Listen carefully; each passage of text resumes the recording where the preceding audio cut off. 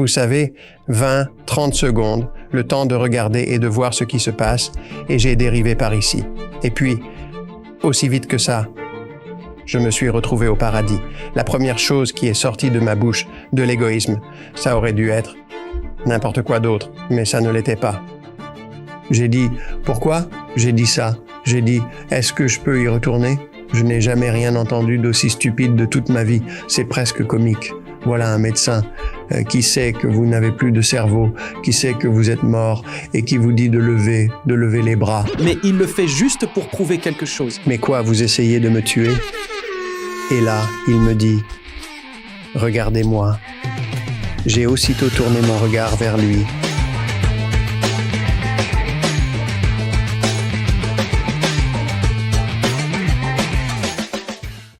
Maintenant, avant de commencer, je tiens à vous remercier d'avoir cliqué sur cette vidéo et de vous préparer à suivre cette conversation incroyable que nous allons avoir. Mais j'ai remarqué qu'environ 40% d'entre vous qui regardez n'êtes pas abonnés. C'est le moyen le plus simple de continuer à soutenir le travail que nous faisons chez Next Level Soul. Et c'est la joie de ma vie d'avoir ces conversations incroyables avec certaines des plus remarquables et profondes âmes de la planète. Alors, du fond du cœur, je tiens à vous remercier de me donner la possibilité et le privilège de faire ce travail pour vous. Alors, s'il vous plaît, cliquez simplement sur s'abonner, cliquez sur j'aime, et cela nous aide vraiment beaucoup. Merci infiniment et c'est parti.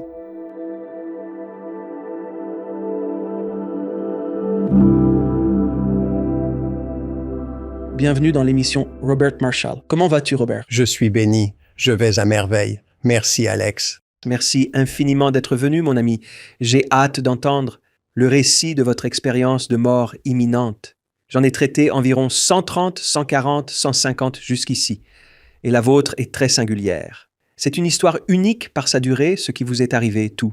Votre livre ici s'intitule « C'est un peu une révélation, 44 heures, au paradis ». Alors, on va commencer par le début, par ce qui s'est passé. Comment êtes-vous mort exactement? Ramenez-nous au jour de votre décès et racontez-nous ce qui s'est passé. D'accord. Tout d'abord, ce n'est pas vraiment une EMI, une expérience de mort imminente. Je suis réellement mort. J'ai été mort pendant 3 jours. Et si l'on peut dire, il m'a ressuscité d'entre les morts. Le 17 mai, j'ai eu une version longue, courte. Gardons ça, gardons les détails pour le passage au paradis. D'ici là, on peut faire court. Très bien. Le 17 mai, j'avais une masse très importante au cou. C'était gonflé comme ça. J'étais allé auparavant dans un centre d'urgence ambulatoire indépendant. Et les médecins ont dit, ils sont revenus. On fait des IRM, des analyses de sang et tout ça. Et j'y étais allé parce que j'avais du mal à respirer et à avaler. Et le médecin est revenu et m'a dit, il a dit qu'il y avait environ 99% de chances que ce soit une forme de cancer très agressive. Et il a dit, j'ai envoyé vos informations à 2 autres médecins. Ils sont tous d'accord pour dire que c'est très agressif et que vous devez voir ce chirurgien oncologue immédiatement. Lundi, il a libéré son emploi du temps pour que je puisse y aller lundi. Il dit, n'attendez pas, c'est agressif. Puis, allez-y immédiatement.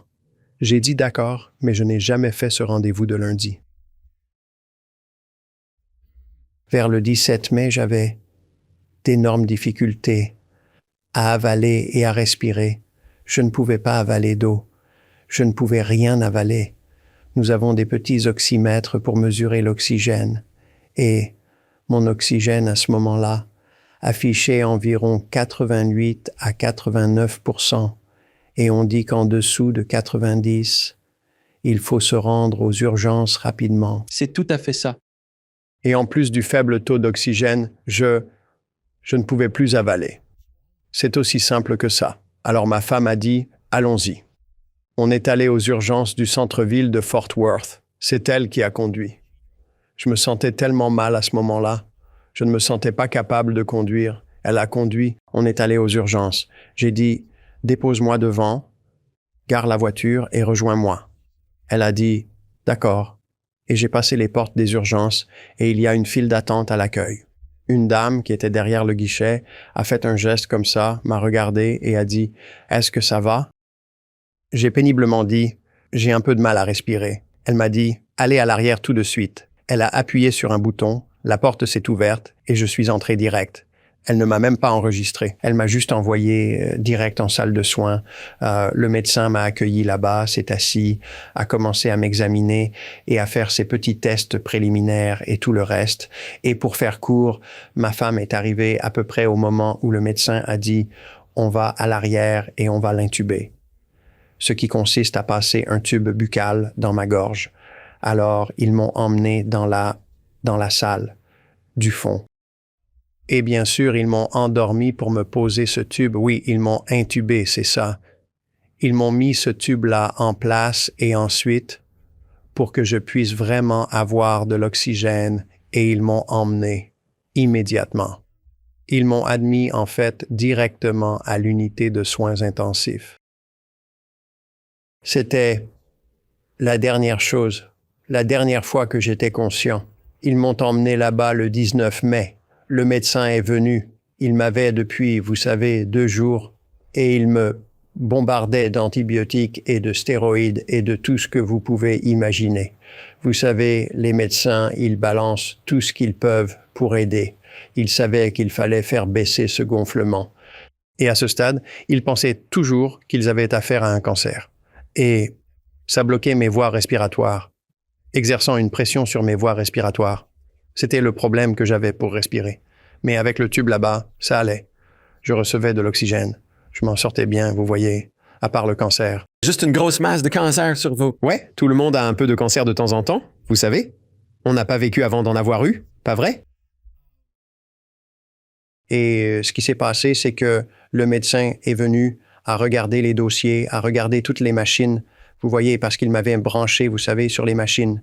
Il vous branche sur les machines et tout. Et bien sûr, l'oxygène arrive et il y a des tubes partout. Et le médecin regarde et dit, « Eh bien, il semble que ces constantes ont l'air très bonnes.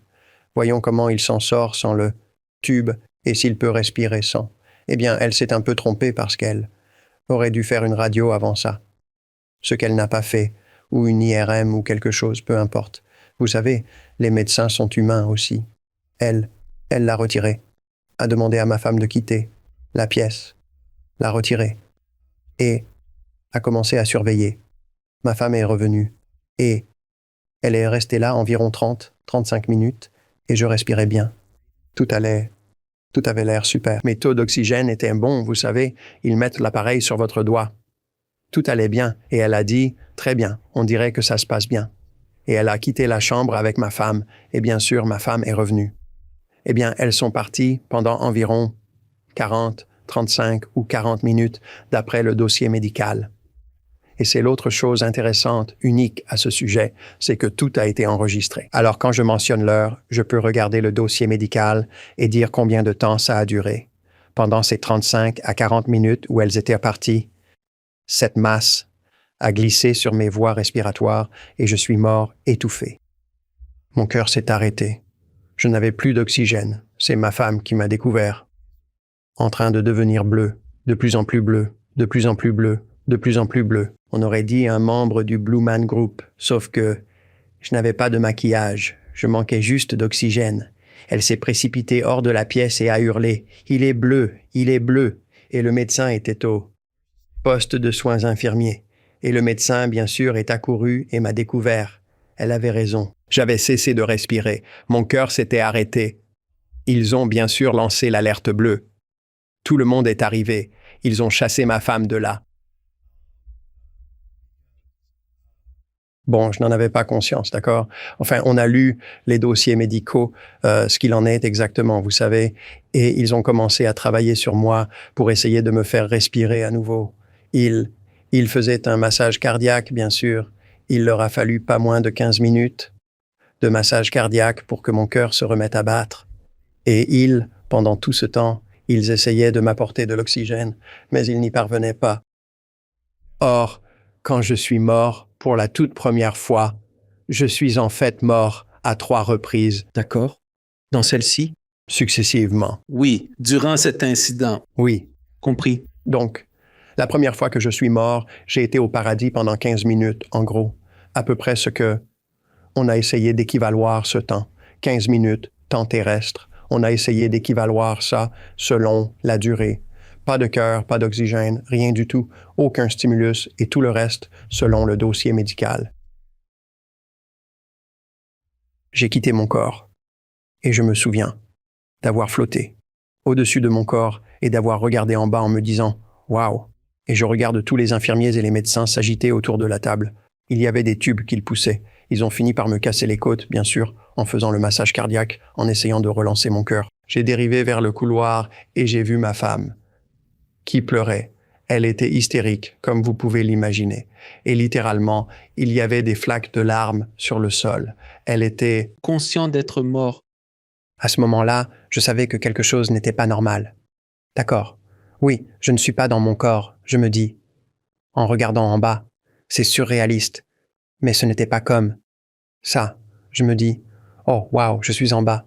Je me demande juste, qu'est-ce qui se passe? Oui, enfin, Zéro douleur, rien. je ne sens rien. J'observe, point. Vous êtes juste, à ce stade, vous êtes un peu en train de flotter et d'observer la situation. Oui. Je vois. Et j'ai dérivé de nouveau dans la pièce. Or, ce n'était pas pendant une longue période. C'était genre, peut-être, vous savez, 20, 30 secondes, le temps de regarder et de voir ce qui se passe. Et j'ai dérivé par ici, et puis, aussi vite que ça, je me suis retrouvé au paradis. Je n'ai pas vu de tunnel de lumière.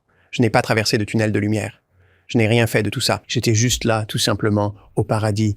À quoi ressemble le paradis? Oh mon Dieu, je me souviens de cette sensation, de ce sentiment, que dès l'instant où je me suis retrouvé là, je pouvais ressentir, je pouvais sentir, je pouvais entendre, je pouvais absolument tout faire. Et je me tenais au bord de ce que j'appellerais, disons, la cour intérieure, si vous voulez bien l'appeler ainsi. C'était comme un immense jardin, un véritable labyrinthe. Est-ce de la pierre? C'était plein d'arbres et de buissons partout. C'est naturel. Oui, alors je me tiens ici et je regarde autour de moi, littéralement comme vous demandiez, à quoi ça ressemble. Et je regarde et je contemple les arbres et les fleurs et juste les arbustes, tout. Et c'est juste, ils sont tout simplement massifs et si beaux et resplendissants. Comme nous, on a 43 chênes dans notre jardin. Et nos chênes, comparés aux arbres du paradis, sont comme de petites branches mourantes. Oh, c'est juste que les couleurs sont si vibrantes et éclatantes, et ce n'est pas comme en 3 dimensions. C'est comme en des milliards de dimensions. Je veux dire, c'est juste, ils sont juste là, et les fleurs et les couleurs, et c'est juste. Avez-vous vu des couleurs inconnues? Oui, vous avez parlé à d'autres gens. Il n'y a absolument aucun moyen de décrire toutes ces couleurs et ces arbres, et les vers, et les différentes couleurs, qu'ils n'ont même pas ici. Qu'avez-vous donc ressenti? Je ressens le sentiment le plus paisible, le plus aimant qui soit. C'est comme une immense, une gigantesque étreinte. C'est comme si vous étiez connecté à absolument tout et que tout vous remplissait d'amour, de cette paix et de cet amour, et j'ai découvert ce que c'est. Au paradis, il n'y a pas de soleil, non. Il n'y a pas de nuit, il n'y a pas de jour. Ou plutôt, c'est juste le jour. Mais il n'y a pas de soleil dans le ciel, vous savez. Vous savez, on dit toujours que Jésus est la lumière, n'est-ce pas? Eh bien, c'est littéral, oui. Sa lumière illumine tout le ciel, oui, et dans sa lumière se trouve son amour, qui se répand, et un réconfort qui imprègne absolument tout et tout le monde. Et tout le monde est lié par cet amour, oui, cet amour qui... On ressent juste l'amour, on le ressent vraiment. C'est juste comme une étreinte géante, une immense étreinte. Robert, avant de continuer, étiez-vous chrétien auparavant? Oui, j'étais chrétien, mais je n'étais pas ce qu'on pourrait appeler un très bon chrétien. Ouais, vous étiez le chrétien occasionnel, comme j'étais un catholique occasionnel. J'y allais à Pâques, à Noël à peu près, c'est tout, ouais. J'ai pour ma part accepté le Seigneur en 1984.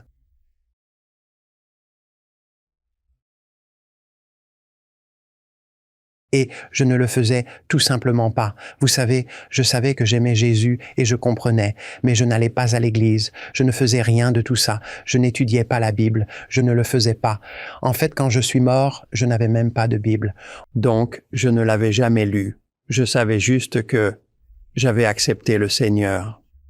D'accord. Donc, vous voilà de retour au paradis. Donc, je suis de retour au paradis. Alors maintenant, je contemple les arbres et toute leur vibrante splendeur. Mais il y a quelque chose de vraiment unique concernant les arbres et les plantes là-haut, au paradis. Chaque arbre, oui, chaque fleur et chaque plante dégage ce que j'appellerais un petit ton mélodique ou un léger bourdonnement. Ils se combinent tous ensemble pour former une chanson qui chante des louanges à Jésus, et ce, toute la journée. Maintenant, c'est en arrière-plan. C'est comme un.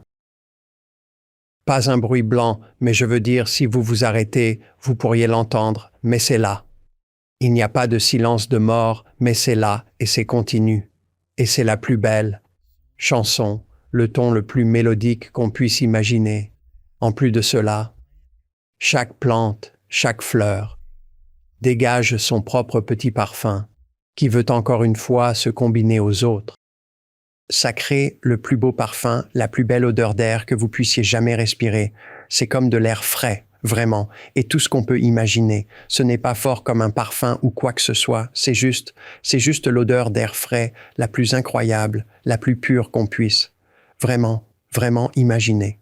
Maintenant, on pourrait s'arrêter et aller vers chaque plante, les regarder et les sentir. Chaque senteur différente des plantes, oui, et les distinguer, les séparer.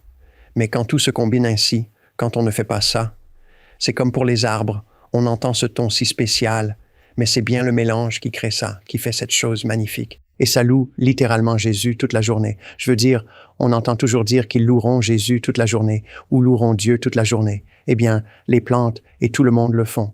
Ce qui est juste, c'était la chose la plus chouette au monde, le sentiment le plus paisible et aimant. Vous regardez ça et vous vous dites « Wow !» Je veux dire, on n'y croit pas. Et c'est comme si on ne ressent aucune douleur, on ne ressent rien. On se sent juste vibrant, aimé, une chaleur. C'est juste incroyable. Et la beauté de tout est juste inimaginable. Là, dehors, j'étais à l'extérieur, mais je regardais la cour intérieure et il n'y avait que des rangées d'arbustes. Il y avait une rivière de couleur pure, une véritable rivière de vie qui coulait tout le long, remontant jusqu'à ce qui pourrait être décrit comme un trône, si l'on peut s'exprimer ainsi. Et le long de cette rivière, il y avait des bancs avec des arbres et des fleurs magnifiques au bord et d'autres éléments décoratifs. Et si vous avez déjà eu l'occasion de voir ces très grandes demeures, qui possèdent tous ces arbustes et ces plantations taillées avec une grande précision en motifs et en formes diverses. Comme en Grande-Bretagne. D'accord. Eh bien, c'est un peu comme ça, mais avec les choses les plus élaborées, les plus élégantes et les plus belles. Et tout était absolument parfait. Et je me souviens avoir regardé et j'ai vu une silhouette que j'ai reconnue et j'ai regardé et c'était là, au loin, et il était juste là, s'occupant des buissons et de toutes sortes de choses comme ça, vous savez. Et c'était mon père. Mon père était mort en 1992. Non, il est mort à 92 ans en 2011. Excusez-moi, en 2011, il est mort à 92 ans d'un cancer. Il avait un cancer de la gorge et ça l'avait ratatiné et dévoré. Mais quand je l'ai vu, je l'ai reconnu comme le père de ma jeunesse. Il avait environ 35, 36 ans, peut-être. En parfaite santé, heureux, et je me souvenais de lui quand je grandissais. Et je regarde et je me dis, wow! Vous savez, parce que maintenant, la surcharge sensorielle est juste, je veux dire, j'ai réalisé maintenant que je suis presque sûr d'être au paradis. C'est, vous savez, mais je ne pense toujours pas au fait d'avoir été mort, de mourir, et vous savez, il n'y avait pas de douleur, ou ce que je voyais quand j'étais là-bas. Et je me souviens avoir marché, m'être approché de mon père, et je suis allé vers lui, et j'ai dit, « Papa ». Maintenant, mon père et moi avions ce genre de petits trucs quand je grandissais. J'étais dans l'armée et je travaillais. J'étais dans des situations assez précaires. Je me souviens que je me faisais tirer dessus ou blesser ou autre. J'ai passé 3 ans et demi au Vietnam seul. Mais je rentrais à la maison et il disait « Eh bien, tu l'as vraiment fait cette fois, n'est-ce pas, fiston ?»« Oui, papa, je n'ai rien fait. » C'était sa façon de dédramatiser. C'était notre truc. Chaque fois que j'avais des ennuis, mon père disait « Tu l'as fait cette fois, hein, fiston ?» Et je me suis approché et j'ai dit « Papa ». Et il répond « Ouais ». Il dit « Eh bien, tu l'as fait cette fois, n'est-ce pas, fiston ?» Et c'était un peu sa façon de me faire savoir que c'était mon père, n'est-ce pas? Et je dis « Papa, je n'ai rien fait. Je suis mort. Je le savais. » Waouh! J'ai demandé, suis-je au paradis? Où penses-tu être? Au paradis, je crois. Oui. Waouh! Et nous avons parlé un peu vous savez, de choses du passé. Et je me souviens avoir regardé au loin, avoir vu là-bas, dans le lointain, une lumière et une silhouette d'homme, ce qui, vous savez, ressemble à la silhouette de Jésus, c'est ce que je regarde. J'ai dit, c'est qui là-bas? Et il a dit, qui penses-tu que ce soit? Jésus, et il répond, oui. J'ai fait, waouh, comment faire pour lui parler? Vous savez, et il répond, eh bien, il dit, la première chose que tu fais quand tu l'approches, c'est que tu poses le genou droit à terre, puis le genou gauche, et s'il y a une conversation à avoir, il la commencera. J'ai dit, d'accord. Alors nous parlons un peu plus. Et bien sûr, étant moi-même, je veux aller rencontrer Jésus. Alors j'ai commencé à marcher et aussi vite que ça, aussi vite que j'y étais arrivé, j'étais de retour dans mon corps. Ces sacrés médecins ont fait repartir mon cœur. Je suis passé de... Mais qu'est-ce que vous faites là? Ouais, je suis passé de l'extase totale et absolue à Vous percutez le corps bam, d'un seul coup. sans douleur. Toute la douleur, absolument tout. Et à ce moment-là, fort heureusement, je n'y suis pas resté très, très longtemps. Étiez-vous conscient? À ce moment-là, ouais, je l'étais. Donc vous l'avez senti? Oh, ouais. Entendu. Alors, à ce moment-là, j'en suis là, vous savez. Mais ensuite, presque aussi vite que j'étais revenu, je suis mort, encore une fois. Cette fois-ci, je n'ai pas du tout plané. J'étais de nouveau directement au paradis, là-haut. Cette fois-ci, je me tenais là, devant un champ, oui, un grand, immense, un très vaste pâturage. Et les arbres, les odeurs familières et l'étreinte et le sentiment d'amour, c'est comme je suis chez moi. Oh, juste, c'était absolument incroyable. Eh bien, j'étais content de sortir de là-bas en bas, donc j'étais plutôt content d'être mort à nouveau. Pendant que ce qui s'est passé là-bas, et la raison pour laquelle je suis mort à nouveau, était à cause du stress, de la douleur. J'ai étouffé la première fois. La deuxième fois, pendant que j'étais parti, ils essayèrent de faire. Ça a évidemment pris 15 minutes pour faire repartir mon cœur, mais cette fois-ci, ils essayaient de me poser une trachéo, à nouveau. Donc, c'est un tube d'intubation buccale. On appelle ça comme ça, pas encore la trachéo, pour que je puisse avoir de l'oxygène à nouveau. Mais ils n'ont pas pu l'insérer parce que cette masse avait basculé, elle bloquait tout. Alors, ils ont décidé qu'ils devaient me faire une trachéotomie. Et bien sûr, ils font de nouveau une RCP parce que mon cœur s'est encore arrêté. Et ils continuent la RCP. Je rebondis sur la table, vous pouvez imaginer. Et un scalpel, quand on rebondit sur une table, ce n'est jamais bon. Alors ils coupaient. Ils m'ont ouvert pour poser une trachéo. Ouais, je sais. Je n'ai pas de gros trous là non plus. C'est une autre chose incroyable. On y viendra plus tard. Mais ils ont coupé trop large, ils ont coupé en biais.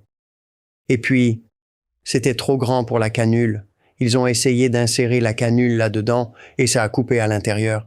Et ce qui s'était passé, c'est que ils ne pouvaient toujours pas m'apporter d'oxygène. J'ai donc continué à être privé d'oxygène. J'avais donc déjà été sans oxygène pendant 15 minutes. Il leur a fallu encore 20 minutes, oui, 20 bonnes minutes, pour faire descendre quoi que ce soit là-dedans. Et la raison de cela, c'est parce que c'était pour faire repartir mon cœur, je veux dire. Quand ils ont inséré les tubes, la canule trachéale, ils ne pouvaient toujours pas faire entrer d'oxygène, pas du tout. Et la raison pour laquelle ils ne pouvaient pas, c'est tout simplement parce qu'ils avaient fait une entaille et que j'avais saigné abondamment dans mes poumons. Mes poumons étaient totalement submergés par le sang. Les canules s'en remplissaient aussi, si bien qu'elles ne faisaient que pomper un mélange de sang et d'oxygène à l'intérieur. L'oxygène ne pouvait plus circuler car la paroi interne de mes poumons était recouverte de sang qui commençait déjà à coaguler. Et quand ils ont retiré la canule, l'oxygène continuait d'arriver, mais ça projetait du sang partout parce qu'il n'arrêtait pas de se remplir de sang. C'est là qu'ils ont réalisé que nous avions maintenant un problème de sang en plus d'un problème cardiaque, en plus d'un problème d'oxygène. On a de gros problèmes. Et quand mon cœur s'est arrêté la deuxième fois et ils sont allés, ils ont dit à ma femme, il est parti encore, il est parti. Ils lui ont demandé, que voulez-vous qu'on fasse? Nous avions un testament de vie. Elle a répondu, faites tout ce que vous pouvez. Ils sont revenus dire, sa femme a dit, continuez à faire tout ce que nous pouvons. Ils ont donc continué. Il leur a fallu encore 20 minutes pour relancer mon cœur. Ils essayèrent de pomper le sang de là. Alors maintenant, ils essaient de vous ramener. Que se passe-t-il au paradis? Désolé. Bon, Jésus m'a dit de raconter à tout le monde ce que c'était, parce qu'en me renvoyant, il veut que les gens sachent. Compris. Alors, de retour au paradis. Ouais. Au paradis, je me tiens dans le pâturage, dans un champ, tout simplement magnifique, avec ses arbres, ses fleurs, et de très hautes herbes ondulantes. Et de l'autre côté du champ arrivent 2 chevaux qui trottent et qui courent, et 3 petits chiens. Je regarde ça, et à mesure qu'ils s'approchaient, j'ai reconnu les 2 chevaux. Ma femme et moi avions des chevaux. L'un s'appelait Chakouche. On l'appelait Chak. C'était un arabe blanc, un cheval magnifique, une personnalité de clown joueur. Il se prenait pour un chien. Dans le manège avec elle, il sautait comme le fait un chien avec elle. L'autre s'appelait Nuggets. C'était un quarter horse de couleur Isabelle. Très royal et douce. Vous savez, des personnalités totalement différentes. J'ai reconnu qu'ils arrivaient. On avait malheureusement dû les euthanasier à cause de leur âge et d'un cancer. Ils ont couru vers moi avec les 3 petits chiens. J'ai bien reconnu les chevaux, eux aussi en pleine forme. Je veux dire, ils n'avaient rien, n'est-ce pas? Pas de dos creusé par la selle. Enfin, absolument magnifique. Et j'ai reconnu 2 des chiens. Le 3e, je ne le connaissais pas. Et nous en avons eu 3 chiens que nous avions. Le premier chien s'appelait Fudge. Fudge premier, bien sûr, nous avions dû le faire euthanasier à cause de son grand âge. Fudge 2, on a dû le faire euthanasier à cause de son âge et de la démence. Et puis on a un autre chien en ce moment, Fudge 3, mais il va bien. Il est toujours à la maison avec nous. Mais c'était Fudge 1 et Fudge 2 qu'on avait. C'était nos chiens. Ils étaient là. Le 3e, je ne le connaissais pas. Plus tard, j'ai appris que ce petit 3e s'appelait Annie. Et c'était un chien que ma femme avait eu avant même que je la connaisse. Je n'ai jamais connu ce chien. Je n'ai jamais su que ma femme avait ce chien. Hey, je m'invite à la fête. Eh bien oui, vous savez. Et la petite chienne, elle était juste assise là, une petite chienne mignonne. Et je racontais à ma femme, pour vous savez, les chiens, je lui disais évidemment ce qui s'était passé. Et elle me dit, un instant. Elle est allée chercher une photo. Elle demande, c'est ce chien? Je l'ai décrit. Et elle a dit, j'ai dit oui. C'était son chien qu'elle avait fait euthanasier avant même que je la connaisse. Alors à ce moment-là, je réalise grâce à cette expérience que nos animaux sont absolument au paradis. Ils étaient un cadeau de Dieu et il ne reprend pas les cadeaux qu'il nous fait. Il nous a donné ses chiens, il nous a donné ses chevaux. Et ce lien si spécial, et ils ont bien des petites âmes, et ils aiment, et ils sont juste les petits animaux les plus géniaux. Maintenant, une autre chose que j'ai découverte au paradis, c'est que quand on est au paradis, on peut communiquer avec ces animaux. Pas genre « Bonjour, Monsieur Ed, le cheval qui parle ». Mais on sait ce qu'ils disent. Ils savent ce qu'on dit. On communique. Et on a eu la plus belle des conversations. Et ils étaient heureux qu'on les ait délivrés de leur souffrance. Quand vous parliez à votre père la première fois, est-ce que vous communiquiez de la même façon? Non, c'était physique. Exactement comme on discute ici. Vraiment? Vous avez vu un corps? Vous avez vu? Oh, oui. Il voyait. Vous aviez un corps. J'avais bien un corps. Vous l'avez vu. Je n'étais pas sous forme d'esprit. J'étais là. J'étais physiquement un corps parfait. Tout comme mon père était juste un corps parfait. On se parlait comme on le fait ici. D'accord? Et c'était pareil là-bas. Les chevaux n'étaient pas des esprits. C'était des chevaux. Physiques, tout à fait physiques. En leur parlant par la pensée? Oui. Et c'était vraiment, mais vraiment l'expérience la plus incroyable. Et on a parlé. J'étais au paradis, oui, pendant environ 17 minutes, cette fois-là. Et je profitais juste pleinement de l'instant. Et je me sentais tellement aimé. On ne peut tout simplement pas expliquer ce sentiment qu'on ressent là-bas, avec toutes ces odeurs, tous ces sons, et toute la beauté de tout ce qui nous entoure. C'est juste... Et ce n'est pas seulement la beauté, c'est que on est connecté à toute cette beauté. On est connecté à tous ces arbres. On est connecté à chaque... Je ne me suis jamais senti aussi aimé et proche de mon père que là-bas, ou des chevaux, ou des chiens. C'est juste un amour et une gratitude totalement bouleversant. Et la connexion, c'est ça, alors? Totalement, absolument. Bien. Vous voulez savoir ce que les médecins faisaient? Ils vous ont encore ramené, n'est-ce pas? Ces types, voyez? Je ne vais pas dire ça. Mais vous êtes... Je me disais, je n'y crois pas. Qu'est-ce que vous fabriquez? Je suis au paradis avec des chevaux. Je vais bien. Laissez-moi. Je ne veux pas revenir. Sans blague, je suis là-haut, puis paf, dans mon corps, je suis bel et bien revenu. Et la douleur revient. Tout. Eh bien, vous êtes à nouveau conscient. Je suis conscient de tout. Eh bien, à ce stade, je n'étais pas revenu depuis longtemps, encore parce que je m'étouffais avec mon sang. Évidemment, je ne recevais toujours pas d'oxygène à ce moment-là. J'étais resté sans oxygène pendant environ 35 minutes, avec 0 oxygène. Pas une bonne chose. Pas de battement de cœur, sauf pendant une fraction. Oh, on l'a relancé. D'accord, laissez-le ressentir ce qui se passe. Laissez-le mourir à nouveau. Retournez-y. Alors, je l'ai fait encore, donc je suis reparti là-bas. Je suis mort la 3e fois, et je suis retourné au paradis. Bon, ils ont continué à s'occuper de moi ici-bas, ils pourront lire ça dans le livre s'ils veulent. On va parler du paradis, on parle du paradis, ici.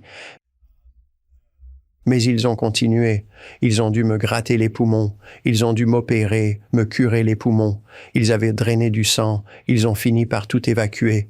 Je crois qu'ils m'avaient percé un trou dans le côté et drainé l'équivalent d'une bouteille d'1 litre de sang et de fluide. J'étais dans un sale état. On dirait bien oui. Mais ma femme ne les laissait pas faire. Il voulait, après la première fois, Je veux dire, regardez, après 35 minutes, on est en état de mort cérébrale. Il n'y a vraiment plus rien à... En théorie, il n'y a vraiment plus rien à ramener à la vie, parce qu'on serait très probablement un légume si cela arrivait, si jamais on revenait.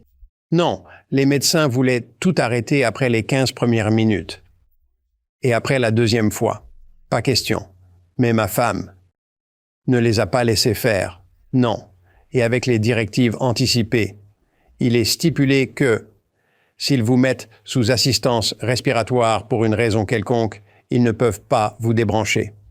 Sauf après 14 jours dans notre cas. À moins qu'elle ne soit d'accord. Le mandataire accepte. Oui, vous pouvez le débrancher. Eh bien, ils ont essayé de la convaincre et elle n'arrêtait pas de leur dire « Non, retournez-y. C'est une femme déterminée. C'est un vrai bulldog. C'est vraiment la meilleure épouse possible. Elle protégeait son homme, le sien. C'est la femme la plus douce, la plus merveilleuse et la plus incroyable que j'ai jamais. Vous ne dites pas ça parce qu'elle vous entend dans l'autre pièce. J'avais totalement oublié sa présence. Non, Non, je sais. pas du tout. Depuis quand êtes-vous marié? Ça fait un peu plus de 31 ans. Vous me prenez de court, là. C'est beau. Ouais, non, elle est tout pour moi. Je connais ce sentiment. Comme je lui dis, juste après Jésus.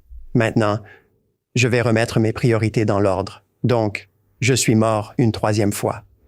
Je suis de nouveau au paradis. Cette fois, je me dis, j'espère que je n'aurai pas à repartir. Je ne serai peut-être pas là longtemps. Vous savez, je ne savais pas combien de temps j'allais rester. Je me tiens dans la cour intérieure et il y a cette même odeur familière et cette paix. La cour d'avant, Oui, bien. sauf que je suis plus par ici. Je voyais toujours mon père là-bas et j'ai vu ma mère au loin, là-bas. Je n'ai jamais été lui parler. Mon père est le seul à qui j'ai parlé et me voilà. De retour, et après avoir parlé longtemps avec Jésus, je comprends pourquoi. Mais je me tiens là et je regarde et je me dis, c'est tellement mieux qu'en bas. Oh, ça fait du bien, aucune douleur. Calme, amour, paix, je suis enfin chez moi. Au loin, je me suis dit, d'accord, j'ai vu Jésus, je me suis dit, je vais essayer de lui parler. J'avais déjà échoué par le passé, je me disais, j'espère, sans savoir ce qui arriverait, mais je voulais tenter. Alors j'y suis allé.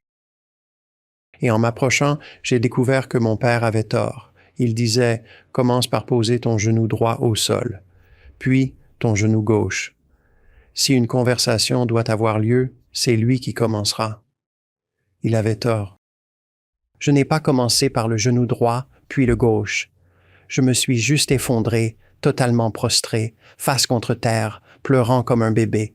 Ce n'étaient pas des larmes de chagrin, c'étaient des larmes de joie et d'humilité. À ce moment-là, je n'étais pas debout. J'étais allongé devant mon Seigneur et Sauveur, le Créateur de l'univers tout entier. Je me trouvais devant lui et je savais que j'étais au paradis. Il s'est levé. Puis il est venu vers moi, s'est penché et m'a tendu la main. Il a dit, « Prends ma main, oui, et lève-toi. » Nous avons vraiment beaucoup de choses à nous dire. Il m'a aidé à me relever, à essuyer mes larmes et a dit « Oui, tout va bien se passer, vraiment. Marchons un peu et nous pourrons parler. » La toute première chose qui est sortie de ma bouche, c'était de l'égoïsme. Oui, ça aurait dû être. N'importe quoi d'autre, vraiment, que ça, mais ça n'a pas été le cas. J'ai dit, je me demande pourquoi j'ai dit ça. J'ai dit, est-ce que je peux repartir? Vraiment. J'ai dit, j'ai besoin d'aller réconforter Carole, parce que je me souvenais d'elle, de toute l'angoisse qu'elle était en train de vivre, et, à cause de l'endroit où j'étais et de ce que je ressentais, je percevais chaque parcelle de sa douleur, absolument tout ce qu'elle traversait. Quand vous étiez au paradis, Oui, exact. Souvenez-vous, je n'étais pas encore résident là-bas. juste en visite, muni d'un pass, Oui, mes souvenirs d'elle ici étaient encore très présents et très vifs. bien sûr. Je savais parfaitement ce qui se passait ici-bas. Je savais que j'étais mort. À ce moment-là, il n'y avait aucun doute. Je savais que j'étais mort 3 fois maintenant. Et j'ai demandé, puis-je m'en retourner? Il n'a jamais répondu. C'est comme s'il n'avait rien entendu. Je me suis dit, bon, j'imagine que c'est ça, ma réponse. Alors, on a commencé à marcher.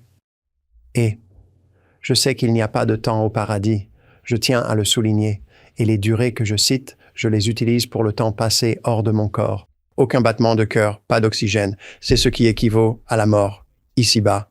D'accord. Et j'ai parcouru les notes médicales et ils ont tout noté. Le cœur s'est arrêté, le cœur est reparti, le cœur s'est arrêté, le cœur est reparti, le cœur s'est arrêté, le cœur est reparti. Pas d'oxygène. Eh bien, la deuxième fois que je suis mort, il s'est écoulé environ 55 minutes avant qu'il ne puisse stabiliser mon cœur et l'oxygène pour que je puisse enfin en recevoir. Et c'est après l'opération et tout le reste. Et quand ils ont enfin réussi à refaire circuler l'oxygène, ça n'a commencé qu'à 0,03%. Je veux dire pratiquement rien. Il en faut 90% ou plus. 95 est généralement la norme, entre 95 et 100%. Mais 0,03, c'est ridicule. Il a fallu un certain temps, un bon moment même, avant de faire remonter le taux d'oxygène, et je me tenais là, et il me dit, « D'accord, marchons et parlons à nouveau au paradis. » Et nous nous promenions à travers le paradis, et je veux dire, « Wow, vous ne pouvez même pas vous imaginer à quel point le paradis est vraiment magnifique. » Les odeurs, les joies, et cet amour que l'on peut ressentir. Et je me promène avec Jésus, la main dans la main.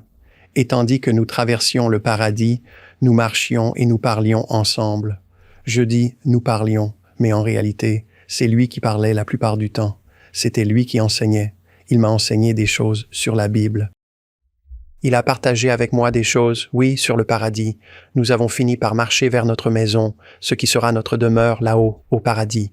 Il m'y a emmené pour me le montrer, mais nous avons marché pendant 43 heures et 28 minutes d'affilée, sans nous arrêter, sans dormir du tout. Lui, il m'enseignait continuellement.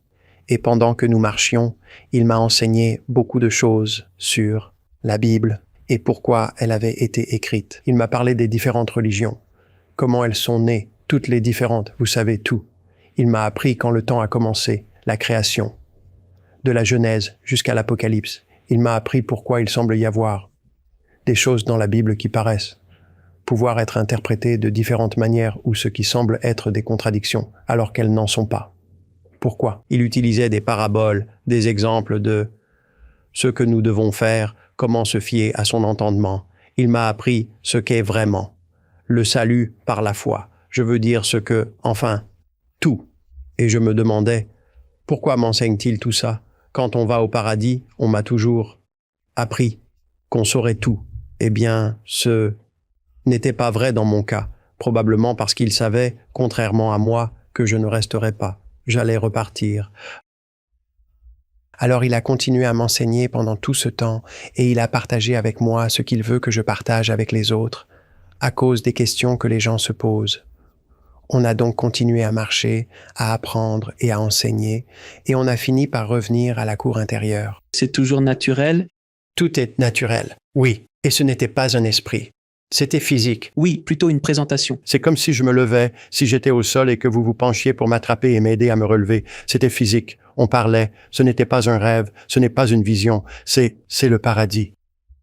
Et il nous a montré à quoi ressemblerait notre maison et aussi où elle allait se trouver. Et il m'a expliqué les nouveaux cieux et la nouvelle terre et tout ça. Et que là où il m'a un peu, effrayé. Oui, quand il a dit ça. Il a dit, maintenant vous savez, ce n'est pas ici que vous allez passer toute votre éternité. Et j'ai pensé, oh mon Dieu, mais quel horrible, enfin. Quel argumentaire horrible, je veux dire. Enfin, vous me faites visiter tout ça. C'est horrible. Quelle fin horrible, Jésus. C'est vrai. Il a clarifié ses propos très vite. Mais sur le moment, mon cœur a fait un bond. Je me suis dit, quoi? Vous me montrez ce que je perds? Il a dit, parce que... Non, tout ça, ce n'est pas pour toi. Ouais. On se dit forcément, mon Dieu, ouais. Il a dit, ce seront de nouveaux cieux et une nouvelle terre, et la nouvelle terre est l'endroit où nous ferons partie des nouveaux cieux. Et je me suis dit, d'accord, je m'en souviens. Et puis, bien sûr, il m'a enseigné les nouveaux cieux et la nouvelle terre dans la Bible et tout, et comment ce sera. Ce sera très similaire, mais la nouvelle terre sera beaucoup plus grande, évidemment. Et il y a beaucoup de choses qui ne s'appliqueront plus, comme la façon dont on voyage, dont on parle aux gens, où on va vivre, ce qu'on va manger. Tout, absolument tout. Que fait-on au ciel? Il m'a enseigné toutes ces choses, et je me demandais, pourquoi me donne-t-il toutes ces informations? Et nous voilà de retour dans la cour intérieure, et nous nous asseyons sur un banc, là, sous la canopée des arbres et la rivière de vie. Je veux dire, c'était d'une sérénité, d'une beauté surréaliste, je veux dire. Une vision que vous ne pourriez même pas imaginer, non, à quel point c'était magnifique. Je suis assis là, sur un banc, juste à côté de Jésus, oui, à côté de Dieu. Et il a commencé la conversation. Il a dit, quand tu es venu devant moi pour la première fois, il a ajouté, tu as demandé si tu pouvais repartir. Je me suis dit, oh, il a bien entendu. Je ne pense pas que Jésus soit sourd. Non, il ne l'est pas. Il n'a pas répondu. Puis il a dit, cependant, c'est là que j'ai su à quel point mon corps était mal en point. Il a dit, ton cerveau a été détruit, c'est évident, bien sûr. 90 minutes sans oxygène, ou même plus de 90 minutes, car à ce moment-là, ce n'était que 0, quelque chose pour cent seulement. Il a dit, ton corps a été complètement ravagé, oui. Non seulement ton cerveau a été détruit, mais ton corps, quand il se retrouve privé d'oxygène, il dévore les muscles, il dévore absolument tout aussi. Et il finit par gonfler, vous savez. En consommant chaque cellule pour puiser l'oxygène résiduel, elle finit par exploser et libérer un gaz, ce qui provoque le gonflement des défunts. Mon cerveau a subi la même chose. Il a gonflé, ouais. Ouais, il est déformé. Mon crâne était déformé. Je veux dire, je l'ai vu à mon retour. J'ai regardé l'IRM du soir du 19. Ils ont fait une IRM et mon crâne ressemblait à un truc d'un film de monstre et il n'y avait rien dedans. Je n'avais plus de cerveau. Plus d'activité. Il savait donc que j'étais en état de mort cérébrale. Et il dit, ton corps a été ravagé, il a été complètement détruit. Il dit, et je ne pouvais absolument pas te renvoyer, car si je devais te renvoyer dans ton corps physique, et même en cela, il était bienveillant. Au lieu de dire « tu serais un légume », il a dit « tu serais totalement confiné au sein même de ce corps physique et tu ne serais pas en mesure de réconforter ou d'aider qui que ce soit. » Au lieu de dire « tu es un légume, tu seras juste confiné. Ce sera une cellule de rétention jusqu'à ce que je te ramène ici de toute façon. » Il a dit « par conséquent, je ne peux pas et ne veux pas te renvoyer. » Je me suis dit « j'ai encore ma réponse. » Et puis encore une fois, comme quand il a dit « tu ne vas pas vivre ici pour l'éternité », il vous fait peur, n'est-ce pas?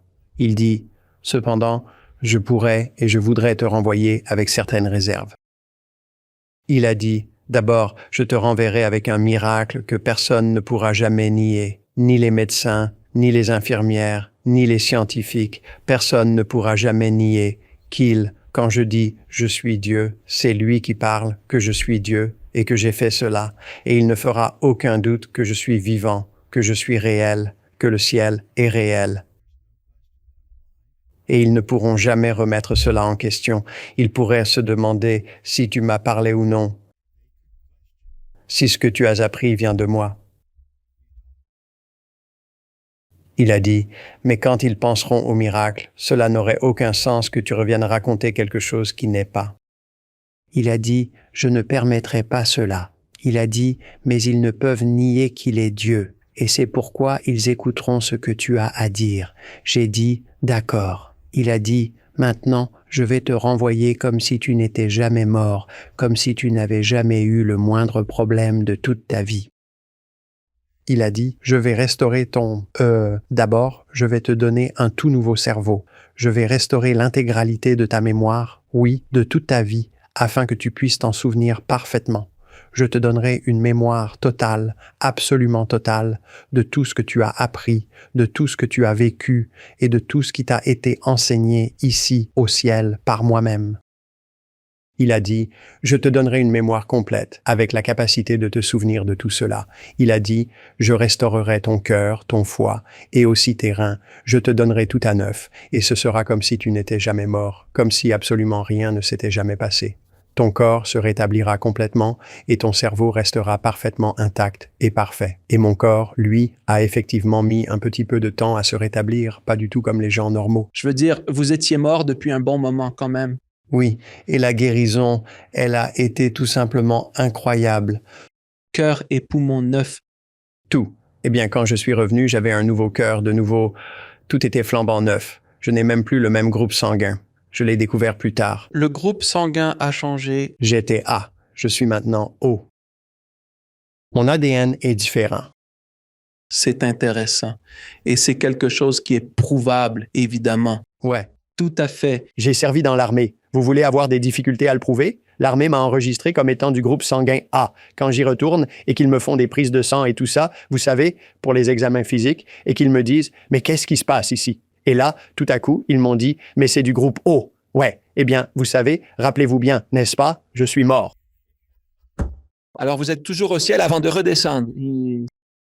D'accord. Alors, on se tient sur le banc et il dit « Maintenant, je pourrais et je voudrais te renvoyer. Je te renverrai avec un nouveau cerveau, tout à neuf, comme si tu n'étais jamais mort. » Il a dit « Et je t'ordonnerai de partager tout ce que je t'ai enseigné, tout ce que tu as appris, tout ce que tu as vécu au ciel, y compris comment tu es mort, pourquoi tu es mort, ce qui t'est arrivé et le miracle que j'ai accompli pour te ramener. Tu partageras cela avec n'importe qui, n'importe où, n'importe quand, et avec autant de personnes que tu le pourras jusqu'à ton retour. » Il a dit, tu répondras aussi à toutes les questions de n'importe qui, n'importe où, n'importe quand, que je mettrai sur ton chemin, et tu répondras à leurs questions. Il a dit, je serai avec toi. Tu leur répondras en esprit et en vérité, et tu leur répondras d'après ce que je t'ai enseigné. Il a dit, et tu feras cela jusqu'à ce que je te ramène auprès de moi, à la maison. Il a dit, maintenant, il y avait une autre condition, une autre réserve importante. Il a dit, quand tu repartiras, en supposant que tu choisisses de repartir, bien sûr, et il m'a donné le choix. Il a dit, en plus de toutes ces réserves, tu ressentiras, en entrant dans ton corps, chaque parcelle de douleur, absolument toute la douleur que ton corps est en train de subir, oui, jusqu'à ce que tu puisses quitter l'hôpital et que tu sois totalement et pleinement rétabli, comme si tu n'avais reçu absolument aucune anesthésie. Il a dit, bien sûr, les médecins te donneront une anesthésie, tu en auras, oui, mais tu vas la ressentir pleinement, tu vas la sentir. Et si tu traverses tout cela et que tu y survis, c'était encore un autre « si ». Chaque fois que Jésus te dit « si », prépare-toi, ce n'est jamais une bonne situation. Il a dit « si tu survis à cela, alors tu te rétabliras complètement et tu accompliras ma mission. »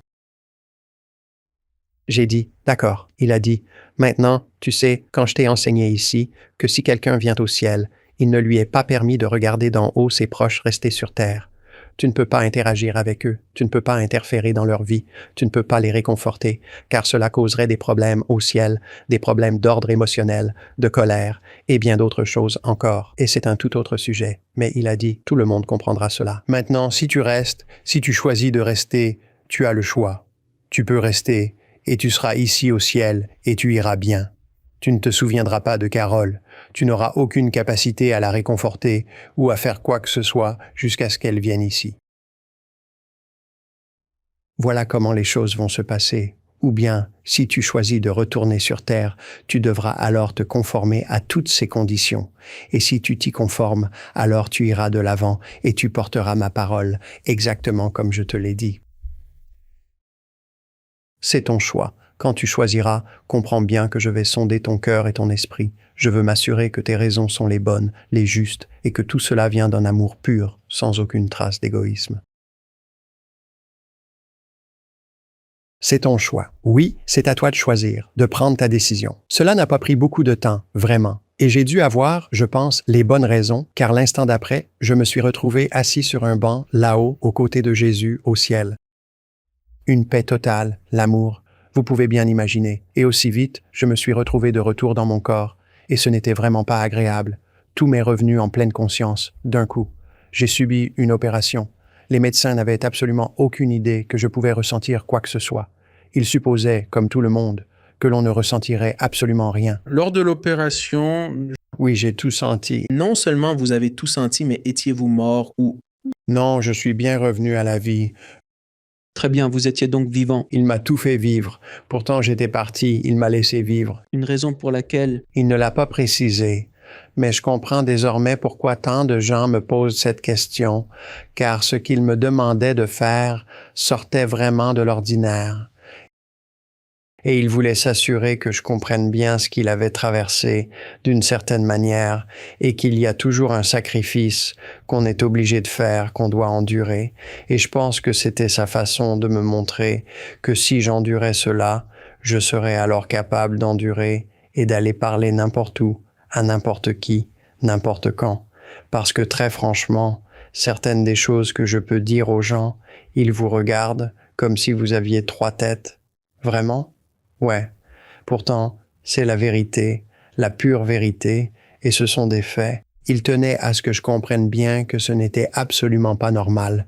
C'est une situation vraiment unique en son genre, et je te renvoie là-bas parce que j'ai vraiment besoin que tu t'en occupes. Il me demandait de faire quelque chose d'important pour lui et voulait s'assurer que je comprenne que ce n'était pas juste un simple essai pour ce poste. Tu veux vraiment pouvoir faire ça? Et je pense que c'était une façon pour lui de continuer à sonder mon cœur. Oui, j'avais bien les bonnes raisons dans mon cœur. Mais rappelez-vous, il a dit, « Je sonderai ton cœur et ton esprit. » Mon cœur, il le savait, était véritablement sincère. Mon esprit allait-il être capable de supporter tout cela, de le faire et de le vouloir véritablement? Oui, à n'importe quel prix, quoi qu'il en coûte. Et je pense que c'était bien cela. Oui, c'était ça. C'est sa façon de me dire, de me faire comprendre. Ton esprit comprendra-t-il, quoi qu'il en coûte, que tu dois absolument, oui, absolument faire cela. Donc vous revenez. Vous m'avez dit plus tôt hors antenne que vous étiez complètement mort. Vous avez même gonflé. Ouais. Alors expliquez ça. Genre, je veux que les gens comprennent vraiment, véritablement, à quel point vous étiez mort, monsieur. J'étais au Country Music Awards et je parlais et j'ai fait une intervention à l'église là-bas pour tous ceux qui étaient au Christian Country Music Awards et j'ai donné un témoignage et le pasteur, le prédicateur me présentait. Il a dit, et c'est un peu drôle la façon dont il a dit, ce type était mort de chez mort. C'est à peu près ce que c'était, oui, c'est ça, vraiment. Quand on est privé d'oxygène, même pour une très courte période de temps, 5 minutes. 5 minutes, disent-ils, la mort est vraiment imminente, ça va se produire. À 10 ou 15 minutes, il n'y a absolument aucune chance de récupération possible. À 20 ou 30 minutes, c'est tout simplement détruit. Il n'y a absolument aucun moyen, aucune possibilité de revenir sans des lésions cérébrales totales et absolues, à moins d'être, disons, ce qu'on appelle un légume ou, comme dit Jésus, confiné à l'intérieur de son propre corps. À 90 minutes, à 25 minutes, d'autres choses se produisent. Donc, votre cerveau a de l'oxygène résiduel dans toutes les cellules cérébrales, votre corps, vos muscles, tout, chaque organe de votre corps a de l'oxygène résiduel dans les cellules qui le composent. Quand votre cerveau manque d'oxygène, il fait exploser ses cellules parce qu'il est affamé d'oxygène et qu'il veut en obtenir. En conséquence, il fait exploser ses cellules cérébrales, il récupère cet oxygène, mais cela émet aussi un gaz. Et plus il y a de cellules cérébrales dévorées, plus il y a de gaz là-dedans. Dans mon cas, tout mon cerveau a été dévoré. Mes cellules cérébrales ont été dévorées. Le gaz qui a été émis a juste fait gonfler mon crâne démesurément à cause de ça. L'os ressemblait à une sorte de crâne de monstre, mais il ne restait plus rien d'autre à prendre. Il n'y avait plus de cellules cérébrales d'où tirer de l'oxygène. Et votre corps aussi. Le corps le fait aussi, un processus un peu plus lent. Et ce qui arrive, c'est que lorsqu'une personne meurt, elle a de toute façon de l'oxygène résiduel en elle. Et c'est pour ça qu'on voit des gens gonflés. Ce sont leurs muscles et tout le reste qui explose parce qu'ils sont toujours affamés d'oxygène. Et ça explose et le gaz s'échappe. Le gaz continue de s'accumuler et on ne cesse de gonfler. Je ressemblais au bonhomme Pillsbury. Ma femme venait me voir et demandait au médecin « Puis-je lui masser les mains ?» Elles étaient tellement enflées, imaginez un peu cela. Et vous êtes vivant à ce moment-là. Vous êtes sous assistance. J'étais vivant, mais j'étais toujours mort. Ouais. C'est ça, vous étiez mort, mais les machines vous maintenaient techniquement en vie, mais vous ne l'étiez pas. Ils faisaient battre le cœur et c'était tout ce qui se passait. Et l'oxygène, ils essayaient toujours d'en envoyer. Ils essayaient d'en mettre là-dedans. Oui. Je vois. Alors, le médecin lui a dit, oui, ça ne ferait aucun mal, vraiment aucun. Alors elle me massait simplement les mains et elle essayait juste de faire ça, c'est tout. Mais j'ai juste gonflé, comme le bonhomme Pillsbury, vous savez, comme le fait un mort. Et c'est ce qui arrive, en général. La différence entre ça et ce qui s'est passé là, c'est qu'il m'a redonné la vie. Et j'ai pu être réanimé, évacuer tout ce qui était en moi. Mes poumons et tout le reste ont pu se rétablir. Alors, laissez-moi vous poser une question. Donc, vous êtes de retour, vous ressentez toute cette douleur, ils vous ont opéré, vous gonflez toujours, votre tête est un peu déformée. Tout a commencé à dégonfler à ce moment-là. Donc, tout commence à se résorber et à redevenir comme avant. Et à ce moment-là, que disent les médecins? Revenons un instant sur les propos que le médecin a tenus tout au début de cette histoire. La 3e fois. Ouais. Lors de cette toute dernière fois. Oh, ouais, on a un peu passé ça. Vous vouliez aller au ciel, je vais vous emmener au ciel. Je suis mort le 19 mai. C'est le 23 mai que je suis revenu pour choquer totalement certains médecins. Vous étiez mort J'étais mort pendant 90 jours. 3 jours, un peu plus. 3 jours et demi. Pardon, d'accord. Donc, 3 jours. C'est toujours dans les dossiers. Et chaque jour, ils essayaient de dire à ma femme, vous savez, nous devons vraiment arrêter l'assistance respiratoire. Votre corps est maintenu en vie artificiellement, mais vous gonflez de partout, avec la tête totalement déformée. Absolument rien ne justifiait de maintenir l'assistance. Non, On aurait dû vous débrancher il y a plusieurs jours. absolument. Parce que c'est vraiment, on dirait, enfin... C'est tout à fait ça. Et ils voulaient en finir le 19, comme une personne logique le ferait. Mais votre femme, Pas logique, heureusement. On dit les femmes illogiques. Elle est merveilleuse. Mais oui, c'est exactement ça. elle s'est battue. Ouais. Et si jamais ils avaient éteint les machines, mon cerveau n'avait pas la capacité de lui dire quoi faire, car le cerveau est le centre de contrôle, et il était mort. Et c'était déjà le cas alors même que votre corps fonctionnait encore. C'est exact. Donc il ne fonctionnait plus. Il ne pouvait rien lui ordonner. Tout ce qu'il faisait, c'était pomper des trucs et continuer à gonfler. Et il continue de parler. Tout est, vous savez, Les machines forcent le mouvement des poumons. Ouais. c'est cela. Et si jamais il finissait par tout couper, c'était la fin, car mon cerveau ne commandait plus rien. La machine dictait chaque mouvement à mon corps. Oui, Le corps physique était là, mais sans cerveau. le cerveau n'était plus là, et le corps physique, pendant cette période, n'était pas au mieux, car le cœur était détruit, le foie, les reins, tout était détruit. Donc rien ne fonctionnait comme il faut de toute façon. Mais la machine tournait, genre, bon, son cœur pompe maintenant, et on envoie de l'oxygène, et c'est tout ce qu'il pouvait avoir. Mais le cerveau n'était plus là. Le 23, ils avaient presque réussi à la convaincre que, oui, il fallait arrêter l'assistance vitale. Et elle était dans la chambre numéro 7, le 7 porte-bonheur. C'est ça, elle était là, en soins intensifs avec le médecin. Et c'est assez drôle. C'est le seul nom qu'on utilise dans le livre, car ils nous ont demandé de ne pas citer de nom de médecin pour des raisons évidentes, les violations du secret médical et tout ça. Mais on utilise son nom parce que c'est drôle, vous savez. Il faut bien avoir de l'humour dans une situation pareille. Le docteur est là, à l'intérieur, et ma femme est là aussi, avec lui. Et elle a ses 2 doigts, oui, dans ma main, juste comme ça. De cette façon, elle me touchait, juste comme ça. Et il l'avait presque convaincu de dire « Eh bien, d'accord, au revoir ». Et je reviens dans mon corps, et je me dis « Oh, non, non, non, non, je suis là, je suis bien là, tout le monde ». Je sais ce qui va se passer, parce qu'on avait déjà parlé de la crémation, n'est-ce pas? Non, non, non, je ne veux pas vivre ça non plus, pas du tout. Alors, j'ai serré ses doigts, oui, je sais que je suis bien là, à l'intérieur. Et elle les a resserrés, je les ai serrés encore. Elle a recommencé une 3e fois. Elle voulait que je serre à nouveau. Je n'avais plus de force, je n'en pouvais plus. N'oubliez pas qu'à ce stade, j'étais sous protocole. Il m'avait mis sous paralysant et tout ce qu'on peut vous donner. Donc, vous n'avez pas de spasme musculaire ni rien pour tout arracher. Ouais.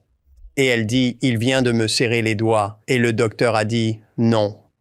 Ce n'est pas possible. Il n'a pas pu vous serrer. Il ne peut absolument pas vous serrer les doigts. C'était un spasme ou autre chose. Elle a dit « Non, il m'a serré les doigts. Ma femme est un peu têtue parfois. Je le sens bien, Robert, je le sens. Ouais, vous devriez l'inviter et lui poser ces questions. Et elle les a serrés. Elle dit « Non, je les ai serrés. » Il m'a répondu « J'ai serré à nouveau. » Et il m'a serré le doigt 2 fois. Il est là. Le docteur, plus tard, on a parlé au docteur, se dit « Ah ah, je peux enfin la convaincre. » Il dit « Bon, voici ce que je vais faire. Je vais baisser tous. Les médicaments, tout réduire, et je reviendrai.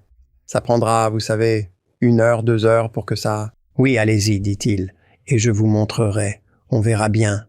Parce qu'à ce stade, il le sait. Il a vu l'IRM du 19 mai. Il n'y a plus de cerveau du tout. Je suis en mort cérébrale. Et il sait. On est le 23 mai. Il le sait. On ne peut pas lui en vouloir. Je veux dire, il fait son métier de médecin. Certes. Alors il revient. Elle est là et il dit « D'accord » et il prend. Vous savez, ces petits tabourets à roulettes, il s'assoit là-dessus, vous voyez, et il s'approche, se met juste à côté de moi en soins intensifs et il approche mon oreille. J'ai essayé de ne pas exploser votre micro, alors je ne vais pas hurler. J'apprécie énormément. Ouais, pas de souci. Il s'approche de mon oreille et Carole regarde, n'est-ce pas? Il y va et il hurle de toutes ses forces. Mon nom est Docteur Gouda, comme le fromage. Depuis lors, il est connu comme Docteur Fromage, pour ma femme. Et il dit, si vous m'entendez, levez les bras. Eh bien, je n'ai jamais rien entendu d'aussi stupide de toute ma vie. C'est même assez comique. Voilà un médecin qui sait que vous n'avez plus de cerveau, sait que vous êtes mort et vous dit de lever les bras. Mais il le fait juste pour prouver ce qu'il dit. C'est ça, sauf que j'ai levé les 2 bras. Arrêtez. Le docteur n'a pas dit d'arrêter, les 2 bras en l'air au maximum. Sur son tabouret, il a reculé brusquement. Il a juré, genre, c'est quoi ce délire? Ça l'a terrifié. Ça Comme l'a n'importe juste qui. choqué. Non, attendez, là. Il regarde ma femme. Bien sûr, elle est surexcitée, j'imagine. Il revient. Il faudrait lui demander ce qu'elle... Je ne me souviens pas de sa tête car je ne regardais pas. Mais il revient encore et il dit « D'accord, remuez les pieds, les 2. » J'ai remué mes 2 pieds. Il fait Depuis combien de jours étiez-vous mort? 3 et demi. 3 jours et demi. Mort cérébrale? Ouais, mort cérébrale. Votre tête est déformée à cause du gaz libéré dans votre esprit, dans votre cerveau. Donc ce n'est pas genre. Peut-être qu'il est en mort cérébrale. Non, il est mort. Mort de chez mort. Mort de chez mort. Et là, vous remuez les pieds et levez les bras. Alors, qu'est-ce qui est arrivé au docteur après que vous avez remué les pieds? Il flippe toujours. Il revient. Il se rassoit encore. Il regarde et il fait « Je ne sais pas ce qui se passe ». Il revient et il se met à hurler de nouveau. Pourquoi hurle-t-il? Je vous entends, mon gars. D'accord. Il criait à mon oreille. Ouais. Mais allez quoi? Vous essayez de me tuer là? Et là, il me dit, regardez-moi. Pas possible. Je l'ai regardé. Les yeux ouverts. Les yeux ouverts. Il dit, clignez. J'ai cligné. Clignez plus vite. J'ai cligné plus vite. Il recule et regarde Carole. Dit, je ne sais pas ce qui se passe, mais je dois refaire une IRM. Carole est surexcité. Comme on le comprend. Il a remis toutes les doses de médicaments car il ne sait pas ce qui se passe à ce stade. Alors il m'a reparalysé, m'a remis sous toutes ces, vous savez, ces cochonneries, et il fait genre, je ne comprends pas ce qui se passe, je dois refaire une IRM. Carole dit, je vais attendre. Il dit, non. Il dit, on va la faire ce soir. Il fait, rentrez chez vous, reposez-vous. Vous savez, vous ne pouvez rien faire de plus ici. Il fait, revenez demain, j'aurai les résultats demain. Bien sûr, Carole, vous savez, elle était là tous les jours, toute la journée, chaque jour. Elle est, je veux dire, cette femme. Une battante n'est même pas le mot. Quelle femme aimante. Non, elle est vraiment, mais vraiment un ange déguisé. J'en ai une comme ça aussi. Alors surtout, gardez-la bien précieusement. Absolument. Alors, Carole rentre chez elle. Bien sûr, elle est optimiste, mais Carole a travaillé dans le médical toute sa vie. Elle était orthophoniste et thérapeute. Elle travaille dans des maisons de retraite. Elle n'ignorait rien de la situation. Elle sait, elle vous le dira. Elle dit qu'elle savait à quoi elle faisait face parce qu'elle sait combien de temps j'ai manqué d'oxygène. Elle sait ce que font les lésions cérébrales. Et elle ne savait pas. Elle disait « Oh non, il est conscient maintenant, mais pourra-t-il respirer? Devra-t-il rester sous respirateur pour le reste de ses jours ?» Elle ne sait pas ce qui se passe à cause des dommages au cerveau, vous savez.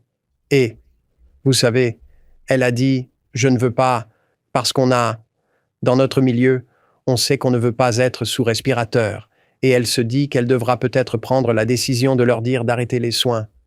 Vous voyez, je veux dire, elle vivait une angoisse, mais de la joie en même temps. C'était de l'espoir, mais aussi, vous savez, de l'angoisse. Elle l'expliquerait bien mieux que moi. On vous fait l'IRM. L'IRM a été effectuée ce soir-là.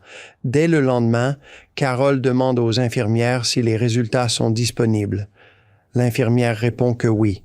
Carole demande alors ce que ces résultats indiquent précisément. Et l'infirmière lui dit, « Vous savez, je ne peux pas vous dire.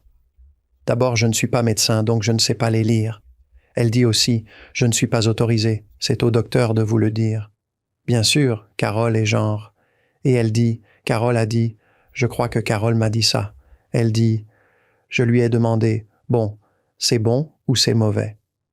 Et je crois que l'infirmière lui a dit, eh bien, ce n'est pas mauvais.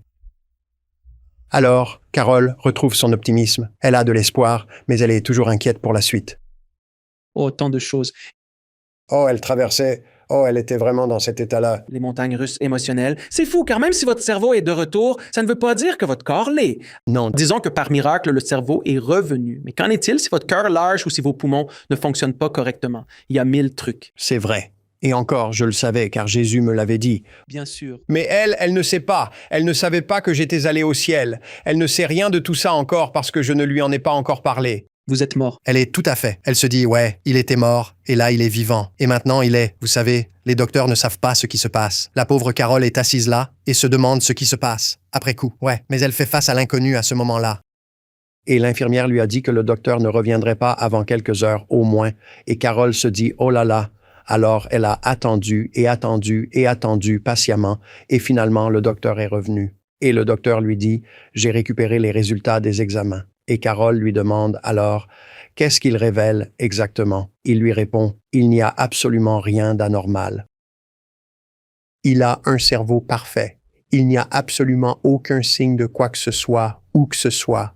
Et maintenant, Carole est, disons, vraiment excitée.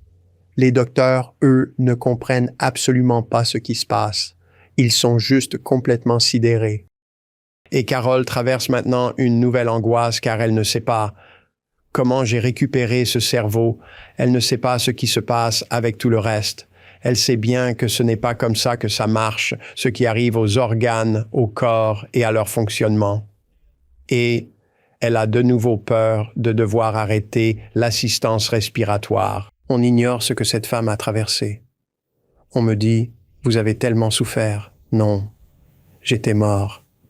Je suis juste mort pour pouvoir me promener à travers le paradis avec Jésus afin d'apprendre de lui. Voir des chevaux et des chiens. Ouais, vous savez, je veux dire, combien de gens ont la chance de faire ça, hein? Et elle est là, ici, chaque jour, à vivre des choses absolument incroyables, des choses vraiment horribles, oui, vraiment horribles. Et il a fallu environ 21 jours avant qu'il ne me retire les médicaments pour me laisser me réveiller. Je veux dire, pendant 21 jours, j'étais toujours sous respirateur et tout. Elle ne sait pas ce qui se passe à ce moment-là. Elle ignore que j'ai un nouveau cerveau. Elle ignorait l'œuvre de Jésus ou mon voyage au ciel. Il a fallu 21 jours avant que je puisse ouvrir les yeux pour lui parler. Ses mots les plus doux n'étaient pas « je t'aime », mais « bon retour, bébé ». Je n'oublierai jamais cette voix si tendre. En voyant son visage, c'était juste elle et ce bon retour. C'est indescriptible. Elle devrait le raconter elle-même. C'était incroyable, et pourtant, elle ignorait tout. Maintenant, je dois bien lui confier certaines choses. Pendant ces 21 jours avant le réveil, faisait-il des tests? Oh, énormément. Votre corps est en fait en train de se reconstruire de lui-même. Non, ça se reconstruit tout seul. Ouais, c'est le nouveau cerveau. Le cerveau, Il restructure tout. tout. L'œdème finissait enfin par se résorber. Tout a disparu. Ouais, Ça n'arrive jamais. jamais. Non. Comme quand on a le corps tout gonflé en général, et je ne suis pas médecin, mais d'après ce que j'ai compris, ça ne redevient pas normal sans séquelles d'une manière ou d'une autre. Beaucoup de médecins ignorent aussi comment c'est arrivé. Alors que disent les médecins? Qu'est-ce que disent les médecins? L'hôpital dit, j'imagine que le bouche à oreille a commencé à l'hôpital. Oh, Et tout le monde se disait l'homme miracle. encore un miracle. Miracle après miracle après miracle ici. Mais premièrement, les médecins l'admettent. Nous n'y sommes pour rien. Il n'y a aucune explication médicale à cela. C'est absolument impossible. C'est sans aucun doute un miracle. Et ils n'aiment pas admettre ça. Bien sûr que non. Mais comme quelqu'un l'a dit, ils ne pourront pas Le nier. le nier. Et ils ne peuvent plus le nier maintenant. Quand j'étais au ciel, Jésus m'a donné un message à transmettre aux médecins. Et, je veux dire, ils ne rateraient pas une telle occasion. Bien sûr, je suis sorti de l'hôpital maintenant. Ça a pris environ 30 jours, 31 jours quand ils m'ont enfin laissé partir. Oh, et la trachéotomie.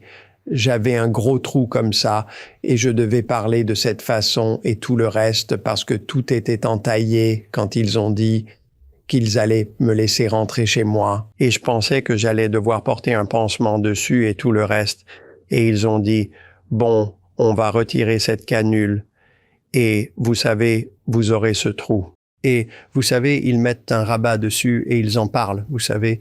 Et il faut s'assurer de bien le nettoyer et, vous savez, de le garder couvert et tout le reste. D'accord. Ils l'ont enlevé ce soir-là vers 20h ou 20h30. On devait me laisser partir le lendemain. Ils l'ont retiré le jour suivant. Puis le médecin arrive pour la vérification. Il a enlevé le pansement. Ils ont retiré tout le bandage et tout enlevé.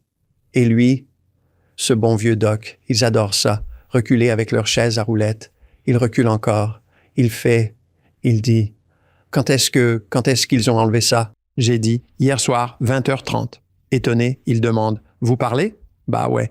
Il dit, Ce n'est pas possible. c'est guéri, ce trou énorme dans mon cou. Pourriez-vous montrer cela au public? Il ne reste absolument plus rien. Il n'y a rien. Il n'y a pas... Rien. Ouais, je veux dire rien. Non. Et durant la nuit, en 12, 13 heures, ce trou a tout simplement disparu. Aucune cicatrice. Non. Je ne vois aucune trace.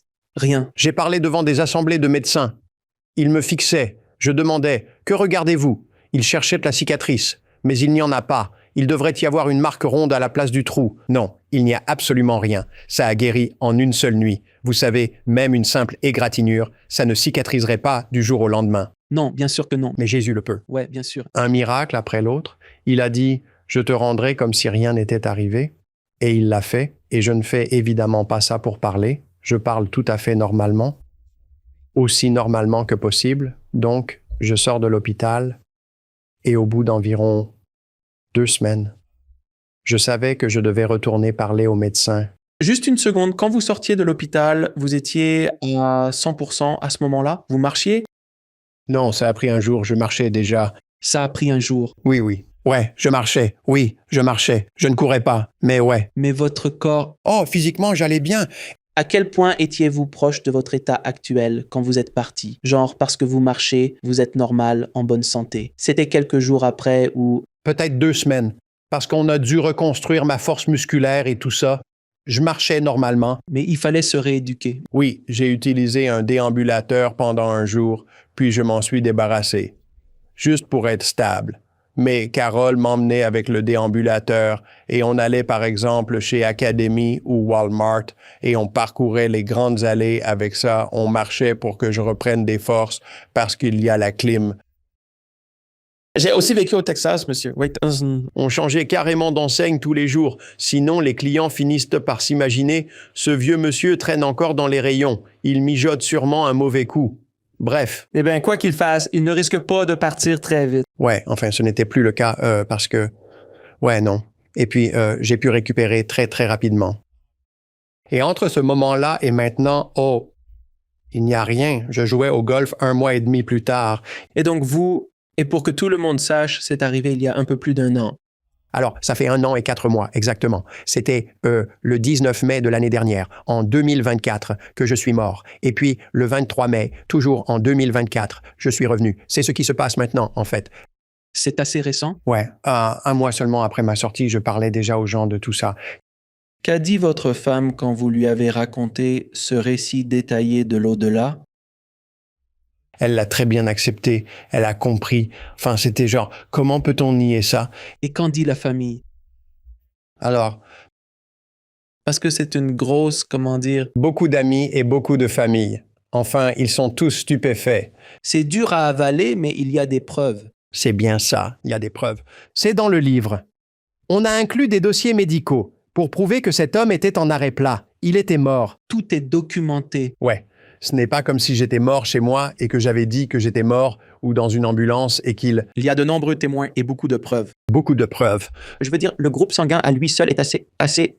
On a des IRM, c'est du concret. Ouais. Je veux dire, les médecins n'ont admis que c'était un miracle et qu'ils ne pouvaient rien faire que parce qu'ils ne pouvaient vraiment rien faire. Et ça, Ouais, c'était la fin pour eux. c'était... Ouais, ils voulaient tous faire quelque chose. Ils ont ma photo sur un frigo, le cas unique qui n'arrive jamais. Mais Carole et moi savions que je devais y retourner. J'ai dit, j'ai un message à transmettre aux médecins.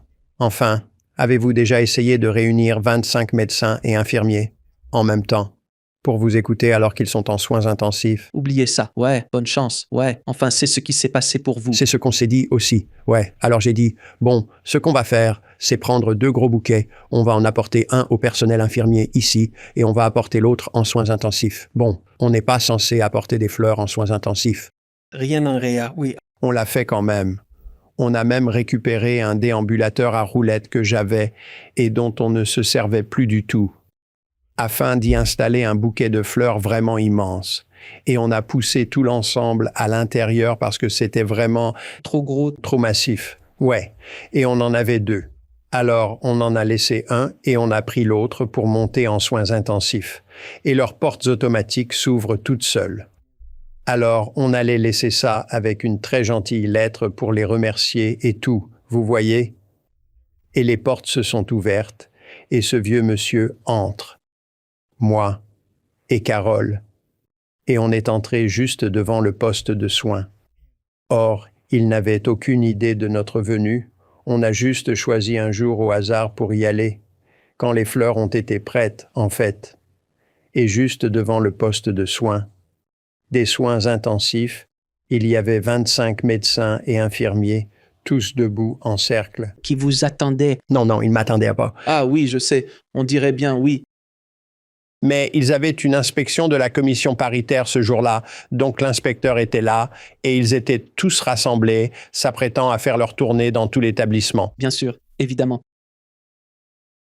Mais je sais pourquoi ils étaient vraiment là. évidemment. Je veux dire, quels étaient les Risques.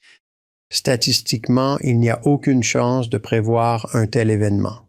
Et en entrant, personne ne m'a reconnu. Forcément. Et Carole est allée par ici, et il y avait un groupe d'infirmières par là, et elle était en train de leur parler. Et bien sûr, elles étaient en train de pleurer et disaient « Oh non, il n'est pas revenu. » Et elle leur a dit « Mais si, il est juste ici. » Quoi? Alors je me tiens devant les médecins et tout le monde, et on a posé les fleurs sur le truc, et je me suis tenu devant lui, et il me regarde, genre, en essayant de comprendre qui est ce gars qui apporte des fleurs ici, et pourquoi il nous regarde. Et j'ai dit, vous savez, je sais qu'aucun d'entre vous ne me reconnaît. Et il me regarde. Parce que la dernière fois qu'il l'avait vu, ou la seule fois qu'il m'avait vu, j'avais des tubes partout, la tête gonflée, une blouse, et je ne m'étais pas rasé depuis 2 ou 3 semaines. Oh, j'étais dans un état. Et j'ai dit, j'étais le monsieur qui était dans la chambre numéro 7, juste là-bas. Le 19 mai. Je suis mort. Et ils ont regardé, et leurs yeux se sont agrandis, écarquillés. J'ai dit, et je suis celui qui, le 23 mai, est revenu à la vie.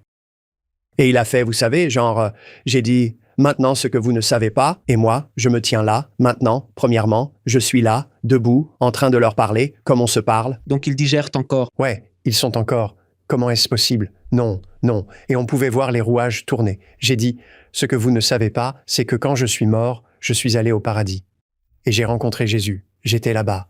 Et il m'a donné un message, en plus de beaucoup d'autres choses. Il m'a confié un message à transmettre à chacun d'entre vous, et je suis ici, devant vous, pour vous le livrer personnellement. Et c'est ce que j'ai fait. Quand j'ai eu terminé, il n'y avait pas un seul œil sec dans toute la salle.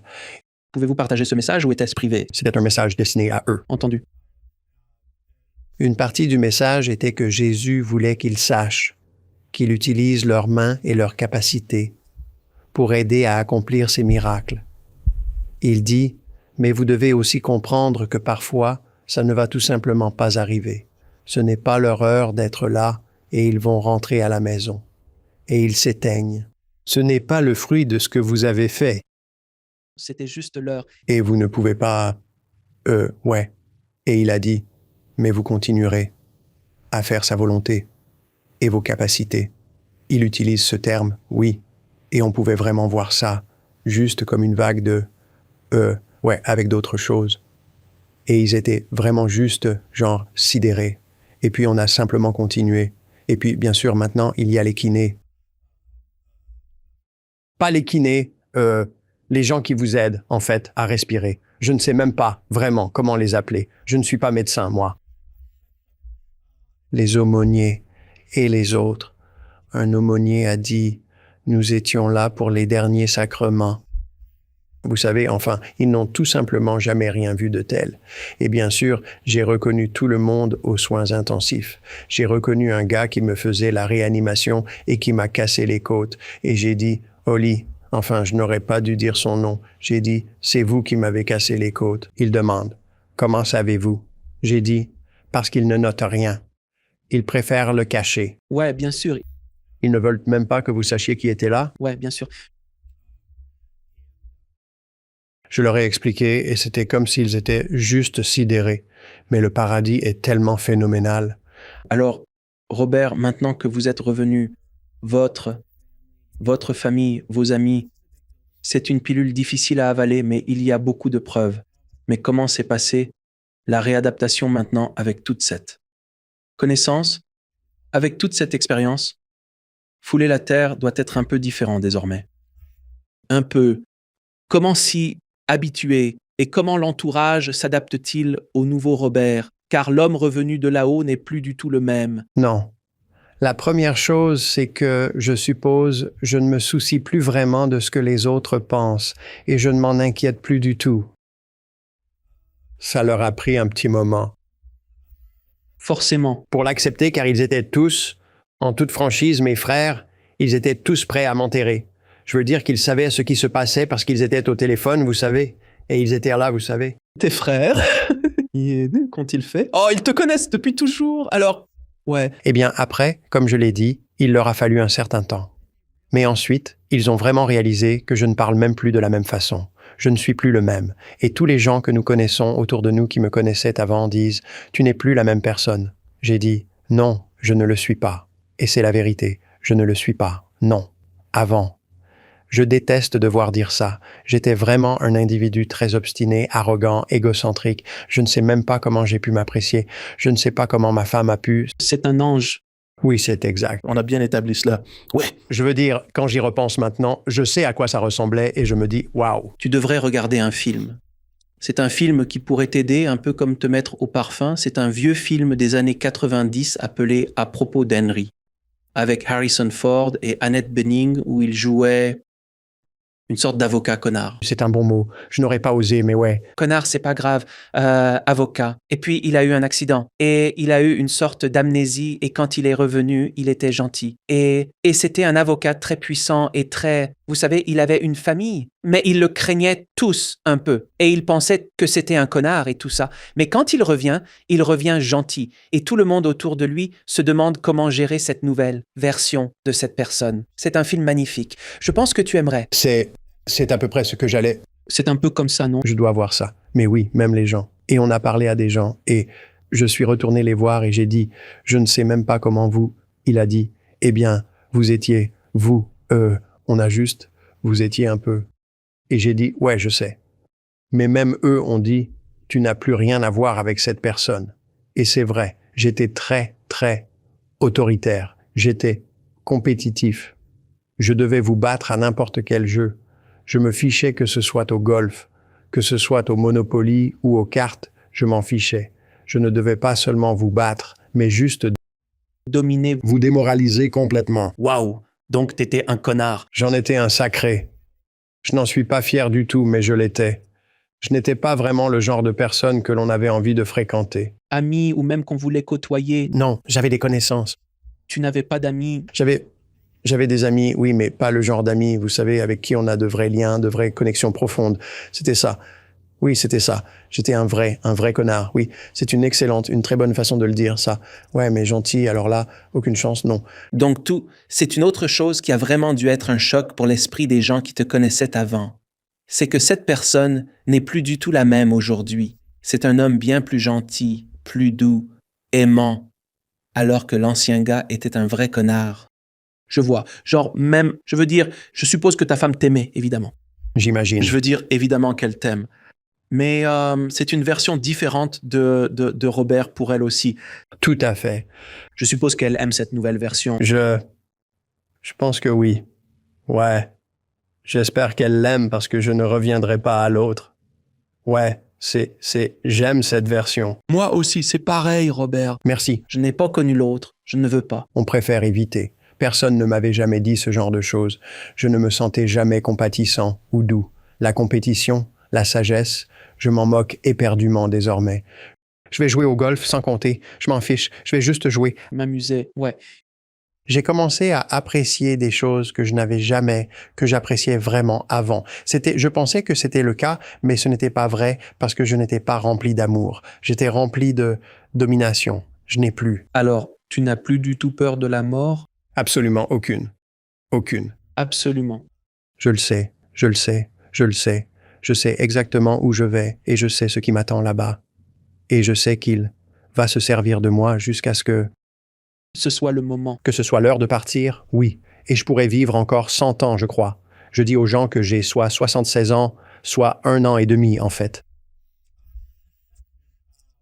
Tu es né de nouveau, en quelque sorte. Littéralement. Littéralement né de nouveau, reconstruit de zéro. Mais il se trouve que tu as 76 ans de souvenirs dans la tête, d'expériences dans la tête. Oui, et j'ai la capacité de vraiment comprendre ce qui est voulu dire quand il dit qu'il vient habiter en vous et que nous le laissons faire.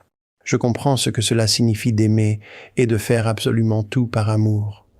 Je comprends cela à un niveau vraiment très profond, plus que je n'aurais jamais cru même possible pour moi de le savoir. Comment navigues-tu ici? Je pose souvent cela au témoin demi. Quand on sait ce qui attend, le monde est différent. Oui, il l'est. Vous savez, gérer les gens, gérer les situations, gérer la vie de tous les jours, vous savez, les impôts et puis ceci ou cela ou quoi que ce soit d'autre. Ça doit te sembler presque insignifiant de gérer ce genre de choses, sachant où tu as été. Je veux dire, tu as traîné avec Jésus au paradis. Tu sais, tu te promènes là-haut et tu comprends les choses à un niveau bien plus profond qu'avant. Comment est-ce que tu navigues un peu dans la vie maintenant? J'aimerais l'entendre. C'est facile. Avant, c'était difficile. Parce qu'on laisse les choses nous stresser, rien ne me stresse plus. Je n'ai aucune inquiétude. Je n'en ai aucune. Tout n'est rien en comparaison. C'est vrai. Je veux dire, moi, je ne me fais pas de soucis pour les choses. Je n'ai vraiment pas besoin de faire ça. Je n'arrive pas à comprendre. Mais alors pas du tout. Pourquoi tout le monde n'est pas heureux tout le temps? Vous savez, ma femme dit, je dis, ça va? Elle ne sourit pas. Elle dit, je n'ai pas besoin d'être heureuse tout le temps. J'ai dit, eh bien si, tu en as besoin. Je suis reconnaissant pour tout. Vous voyez, avant je regardais les impôts et j'allais, et vous avez raison. Ou je regardais le fait d'avoir des tâches à accomplir. Pas d'impôt au ciel, n'est-ce pas? Pas d'impôts. Ah, Bien, merci, je voulais juste vérifier. et maintenant je regarde ça et je me dis, c'est une bénédiction que je puisse faire mes impôts. C'est une bénédiction que je doive payer des impôts. C'est une bénédiction que j'ai le besoin de remplir ça, que je doive des impôts. Et c'est pas grave parce qu'on donne à César ce qui est dû à César. Tout va bien. On va leur donner parce que ça nous aide. Et ça arrive. C'est une chose naturelle. Pourquoi s'inquiéter pour ça? Pas besoin de s'en inquiéter. Tu es juste heureux de participer au jeu, en fait. Ce verre d'eau me réjouit. Je n'y ai pas encore touché. Je vais en boire une gorgée. Moi aussi. Mais je me promène en remerciant Dieu chaque jour pour tout ce que je fais. Je conduis sur la route et je dis juste « Merci de ne pas m'avoir fait avoir ce feu rouge. Merci de m'avoir laissé passer. Je suis reconnaissant pour tout. Parce que tout vient de lui. Et si on comprend vraiment cela, nous n'avons aucun travail à faire. Vous voyez? Et c'est ça le truc. Et cela a un rapport avec la foi. L'une des choses que Jésus veut que nous comprenions, c'est ceci, que lorsque nous l'acceptons, quand nous comprenons et que nous croyons en lui, que une seule chose à faire, croire en celui qui l'a envoyé. C'était tout. Maintenant, la chose ironique que Jésus a partagée avec moi, c'est ceci. Il dit c'est tout ce qu'il y a. J'ai rendu cela simple. J'ai dit, tous ceux qui sont chargés et fatigués et accablés, venez à moi, venez sur moi et je vous donnerai du repos. Prenez mon joug, je vous donnerai du repos. Il n'a pas dit, je vais vous mettre au travail. Croire en lui vous donne ce repos parce qu'il habite en vous. Et alors, tout est fait par amour. Et comprendre que l'amour équivaut à cela. Et si ce n'est pas fait par cela, alors vous essayez de faire les choses par le monde. Tout ce qui n'est pas fait par amour est contraire à l'amour. Et cela appartient au monde et à Satan. On peut donc séparer les deux très facilement. Mais revenons à la foi. Il dit, croyez en celui que Dieu a envoyé. Ce sont les œuvres de Dieu. Toutes les œuvres qu'il a, vous les faites. Il dit, et cela passe par la foi, et cela ne vient pas de vous-même. C'est de lui. Il vous donne donc la foi, parce que vous ne pouvez rien faire. Aucune œuvre ne vous fera entrer au paradis. Ça ne fait aucune différence. Mais voici ce qui était ironique. Les seules œuvres que Dieu exigera de vous sont celles d'avant que vous ne deveniez chrétien et croyiez en lui, avant d'être sauvés. Parce qu'il faut ces œuvres. Avant d'être sauvé pour croire en lui, vous devez faire cela ici par la foi qu'il vous a donnée. Mais ces œuvres sont faites sans croire en lui. Il faut ces œuvres, et une fois que vous avez cette croyance, il dit alors que tout le reste n'est pas du travail. Vous pouvez toujours aller aider les pauvres, aider les nécessiteux, faire ceci, faire cela, faire de bonnes choses, mais vous ne le faites pas par culpabilité ou obligation, ou pour essayer de gagner votre place au paradis. Aucune œuvre ne peut vous faire entrer au paradis. Ce n'est pas comme ça que ça marche. Vous devez croire, et c'est accessible à n'importe qui, n'importe où, n'importe quand. Robert, où peut-on se renseigner sur votre livre et vos activités actuelles? Bien sûr. Vous pouvez vous rendre sur 44hoursinheavenministries.org. J'espère que vous le mettrez bien là plus tard pour qu'ils puissent le trouver. Oui, dans les notes. Allez sur 40farworsinheavenministries.org. Le livre y est disponible en format papier. Sur Amazon. Non, il n'est pas sur Amazon. Nous sommes totalement en auto-édition parce qu'on utilise l'argent de ça pour le ministère. Nous sommes une organisation 501c3, donc tout l'argent leur revient. Je ne prends pas l'argent. Ça va là-dedans pour aider à faire avancer le ministère afin qu'on puisse circuler et parler et répandre sa parole. C'est tout. 100% de l'argent va là-dedans. Nous l'avons en version papier, nous l'avons en livre audio, nous l'avons en livre électronique. Nous l'avons sur un coffret de 4 CD. Et c'est juste, il y a quelques questions à la fin. On dit à tout le monde que sur le site web, il y a un endroit pour les commentaires et de questions. Vous pouvez poser la question que vous voulez et on y répondra. On n'est pas aussi rapide que certains le souhaiteraient, mais on essaie. C'est bien, oui. Alors, ce qu'on fait maintenant aussi, c'est qu'on fait des podcasts où je prends les questions et on y répond dans un podcast et on les diffuse pour que les gens puissent non seulement bénéficier de la réponse à leurs questions, mais aussi des questions des autres. Mais nous en avons littéralement des milliers, donc on essaye de s'en occuper. Certaines plus personnelles que nous ne mettons pas là, et celles-là, j'y réponds tout de suite, enfin par email et ainsi de suite. Mais c'est disponible sur le site web. Nous avons aussi une application qui va sortir. Elle s'appelle 44 heures au paradis. Elle sera sur votre iPhone et votre téléphone Android. Vous pourrez la trouver sur les boutiques d'applications. Et sur cette application, nous aurons également un livre audio qu'ils pourront écouter gratuitement à ce moment-là. Et nous aurons aussi des podcasts qui y seront disponibles et nous faisons également de la musique chrétienne.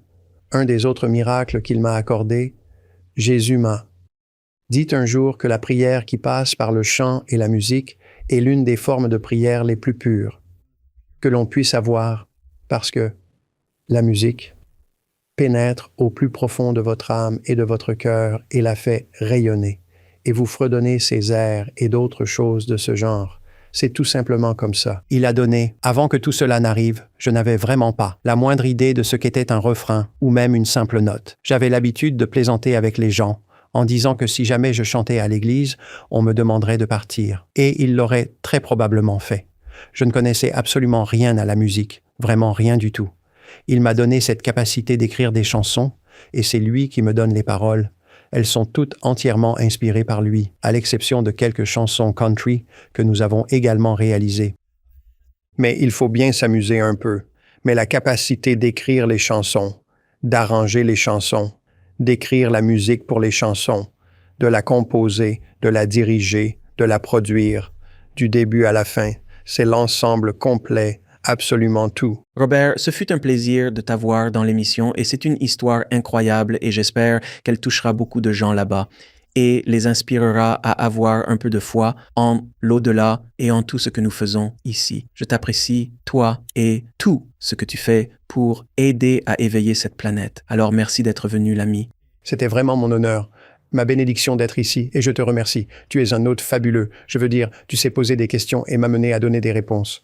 Robert, ce fut un plaisir, mon ami. Merci encore. Merci.